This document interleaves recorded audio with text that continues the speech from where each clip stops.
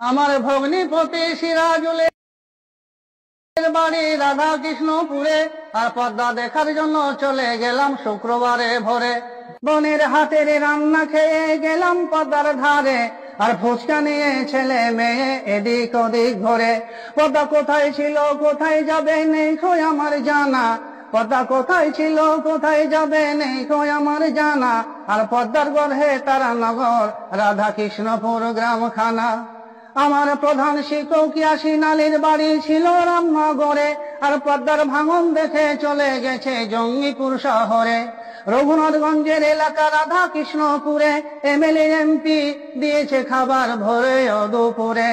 ভাঙন দেখে গ্রামের লোকের হচ্ছে বড় ভয়, ভাঙন দেখে গ্রামের লোকের হচ্ছে বড় ভয়। যাদের বাড়ি টিকে আছে রাতে নিদ্রা নাহি হয়। সুন্দর সুন্দর পাকা বাড়ি রং করা পায়খানা, সুন্দর সুন্দর পাকা বাড়ি রং করা পায়খানা। দিনে ধসে রাতে ধসে হায়রে লোকের পস্তানা, চিহ্নটুকু নেই এখন ওই কালীনগরের গ্রামখানা। আর দিনে ধসে রাতে ধসে হায়রে লোকের পস্তানা। জানালা দরজা খুলে নিয়ে ট্রাক্টরে চাপিয়া আশায় নিল অবশেষে স্কুলেতে গিয়া। সর্বনাশা পদ্মারে তুই আর কত জ্বালাবি, সর্বনাশা পদ্মারে তুই আর কত জ্বালাবি। তোকে দেখতে এসে তুলেছে কত হাজার হাজার ছবি।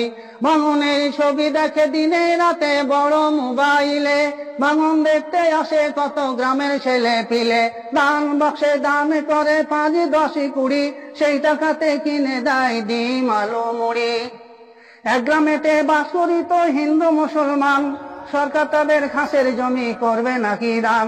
কে কোথায় বাস করিবে আর হবে না দেখা, পদ্মারে তুই দিয়ে গেলি বুকে মোদের ব্যথা। আর কত গ্রাম খাবি রে পদ্মা সর্বনাশা তুই, তোর জ্বালাতে থাকবে না আরি সবজি করা বই।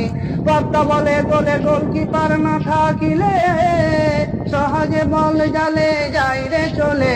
ফাঁকা মাঠে গোল দিচ্ছি আমি সরকার উদাসীন, বিল বড় অঞ্চল খেতে লাগবে না আমার বেশি দিন।